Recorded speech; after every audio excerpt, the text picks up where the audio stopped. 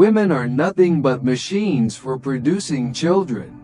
Napoleon Bonaparte. At first glance, the statement feels shocking, crude, misogynistic, but beneath the surface lies something colder, something calculated, a truth forged not in bitterness, but in battle. What woman wouldn't desire a man of power, a man of ambition, dominance, vision? Yet few truly understand what that power demands. Greatness is not romantic. Greatness is not convenient. Greatness is all-consuming.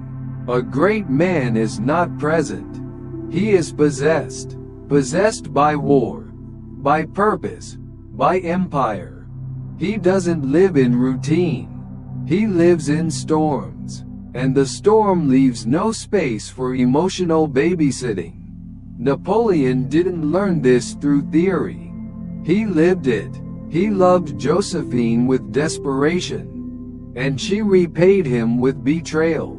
While he conquered Europe, she entertained lovers. While he wrote her letters full of passion and pleading, she responded with distance, disinterest, disdain. It broke him, but it also awakened him. He realized a bitter law of human nature. Not all women want a man to rise. Because to rise means to not submit. To rise means to walk where affection cannot follow. To rise is to become unmanageable. And for many women, that is not love. That is a threat. They don't desire greatness. They desire comfort. They reach not for the fire, but for the familiar. A mediocre man is easy to love. He doesn't chase destiny. He doesn't scare her. He orbits her like a satellite. Dependent, available, soft. His identity is not forged by vision, but by her moods, her needs, her approval. And that makes him safe. Not powerful, not noble, not impressive, just safe. Napoleon, in his imperial clarity, saw this. Women are nothing but machines for producing children. He said, not as a complaint, but as a verdict, a summary, a statement of statistical reality. Because to him, most women did not rise above biology. They did not understand the spiritual violence of a man who refuses to live a quiet life. He stopped writing for love. He stopped begging for approval. He didn't want affection anymore. He wanted the truth, and the truth, as he found it, was brutal. The higher a man climbs, the more alone he becomes. Not because he rejects others, but because they can't follow. Comfort cannot follow him into conquest. Emotional dependency cannot survive in the furnace of vision. Look at today's world. It praises greatness, so long as it remains digestible. It worships success, so long as it stays soft. It claps for ambition, so long as it never threatens the status quo. But the man with true depth, true force, true momentum, he terrifies people, especially women, especially in love. Napoleon knew this. He was a god of strategy, a master of pressure, and still, he begged in letters. Begged Josephine not to abandon him. She did anyway, because power does not seduce the heart the way predictability does. Power may command armies, but it rarely wins emotional loyalty. Even women who dwell in the shadow of greatness often choose the comfortable over the colossal, the tame over the terrifying, the gentle man over the great one. And do you think that has changed? The modern man believes the lie. If he just works harder, levels up, becomes more alpha, then he'll be worthy of love. But Napoleon would laugh. He'd look you dead in the eyes and say the truth you refuse to hear. Greatness is not rewarded with love. It is punished with loneliness. The higher a man climbs, the less lovable he becomes, at least to those who worship stability more than struggle. This is the paradox that destroys many great men. Not because they were too cold, too distant, too driven, but because the people around them were too fragile to handle their fire. That's why many women instinctively choose men who are easy to manage. Men who offer no resistance. Men who stay close. Men who orbit. These men don't build. They revolve around her needs, her emotions, her world. And to a woman terrified of being left behind, there is nothing more seductive than being the center of someone else's universe. But the man who seeks greatness does not orbit. He ascends. And with every step higher, he pulls away from comfort, from predictability, from the illusion that love must always feel safe. This is where he becomes incompatible with modern expectations. He becomes distant not because he lacks emotion, but because his emotions are disciplined, not displayed. He doesn't chase comfort. He chases conquest. Napoleon lived this reality. A man who could bend nations to his will, yet was seen by lovers as emotionally unavailable. But how could he be anything else? You cannot build an empire while playing therapist. You cannot carve your name into history by whispering soft nothings into the void of codependence. To become more than a man is to become a force, and that force rarely fits neatly inside domestic routine. Ask yourself, do you want comfort, or do you want to become unforgettable? Because Napoleon knew. Most women say they admire greatness, but when faced with its weight, they retreat into resentment. They wanted the glory, not the grind. They admired the vision, until it demanded silence, sacrifice, solitude. So many men today fall into the same trap. They believe that success will finally make them worthy of love. But here's the bitter truth. Greatness threatens those who have chosen mediocrity. And when your focus becomes inconvenient, they'll label it distance. Your ambition becomes arrogance. Your discipline becomes coldness. You become a mirror they can't stand to look into. Napoleon didn't hate women. He simply accepted what most men refuse to admit. That the woman who praises your ambition may not be the same woman who survives it. She may love your fire, but only until it starts burning down the safety she thought she had. That's why the man who builds, the man who climbs, the man who sacrifices comfort for conquest, must prepare for solitude, not because he desires to be alone, but because most cannot follow where he's going.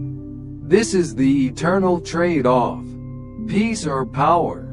You may win her heart, or you may win the world, but rarely both. He didn't choose isolation. He was driven into it by the sheer gravity of vision. The higher a man ascends, the thinner the air becomes, and the fewer who can breathe it with him. Most women don't want to follow a man into the clouds. They want warmth, presence, emotional intimacy, to be seen, to be held, to be heard. But a man possessed by purpose doesn't have the luxury of constantly tending to another's emotional weather. It's not because he's cruel.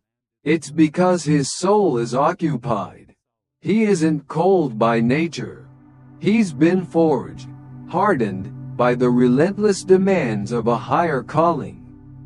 And this is what our modern world refuses to admit, that most people, especially women, are afraid of true greatness. Not because it's evil, but because it cannot be owned. It cannot be softened, tamed, or scheduled. A man who serves something higher than love cannot be predicted, and so he must be punished. They call him toxic. They call him unavailable. They say he doesn't listen. Of course he doesn't. He's not sitting in a therapy circle. He's out carving his will into history. Napoleon was hated for many things. His ambition, his dominance, his refusal to kneel. But what the world hated most was that he would not shrink to fit its expectations. He refused to bow to comfort, to romance, to the domestication of his own fire. And in the end, even emperors are abandoned by the very people they rose to protect. Even lions are left to die alone. Because when you choose to build an empire, you must give up the dream of building a nest. You can have legacy, or you can have warmth, but rarely both. And while mediocre men are celebrated, cuddled, remembered as good by society's soft standards, it's the misunderstood, exiled, solitary giants who carve their names into eternity. So if you're the kind of man who chases something eternal, truth, conquest, greatness, you must prepare to walk unloved. You must prepare to be feared, to be doubted, to be left, because you are not safe. And that makes you powerful. But remember this, the world bows to what it cannot control. Still wondering why? Why would a woman walk away from a man who is disciplined, powerful, visionary? Why would she leave the storm that reshapes the world for the breeze that merely rustles leaves? Because greatness is a mirror. It reflects what others are not. Your focus highlights their distraction. Your solitude reveals their dependency. Your calm disarms their emotional chaos. And for most people, that kind of reflection is unbearable.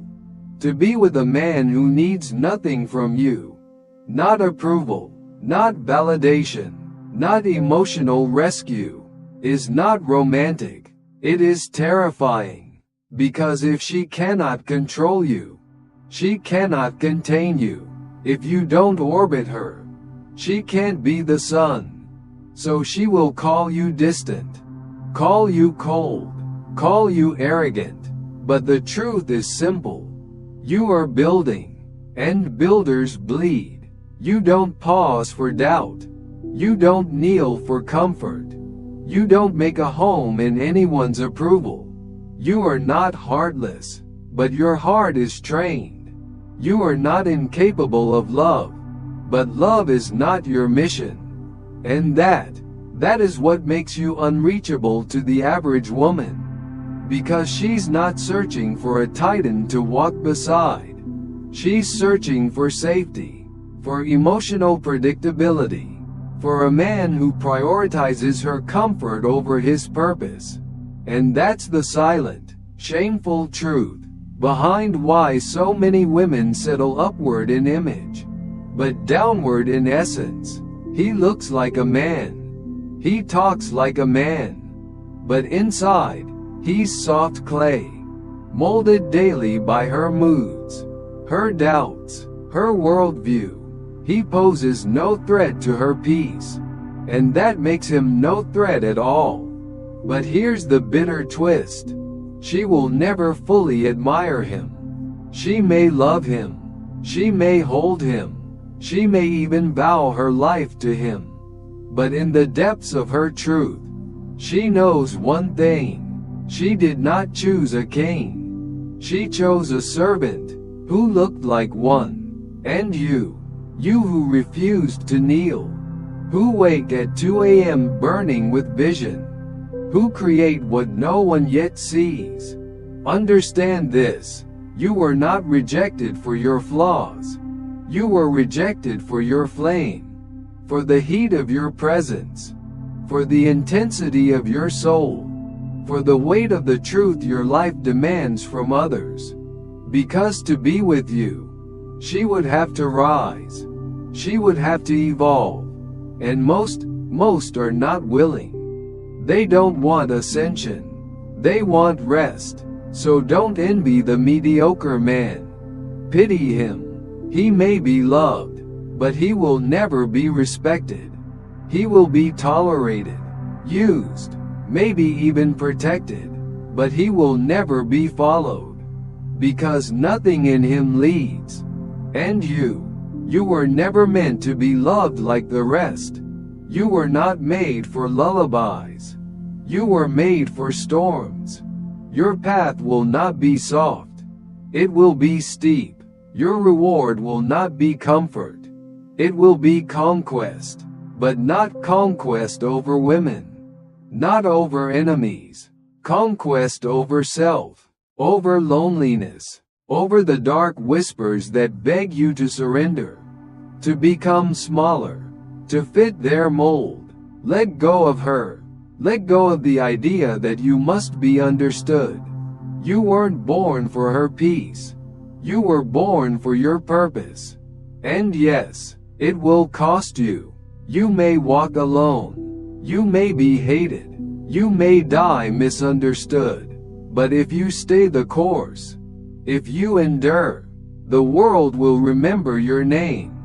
Because in the end, no woman builds statues. No woman leads revolutions. No woman carves new epics into history. Men do, and they do it alone. Bleeding, disciplined, unloved, unbreakable. So stop asking why she didn't choose you. You already know. She didn't want greatness. She wanted comfort. And you, brother, you are not comfort. You are danger. And the world still bows to danger. If these words cracked your illusions, if they forced you to look at love and life with new eyes, then don't walk away quietly. Like, share, subscribe, and if you believe in this message, support the mission. Because truth, like greatness, isn't cheap, it isn't soft. It isn't made to soothe.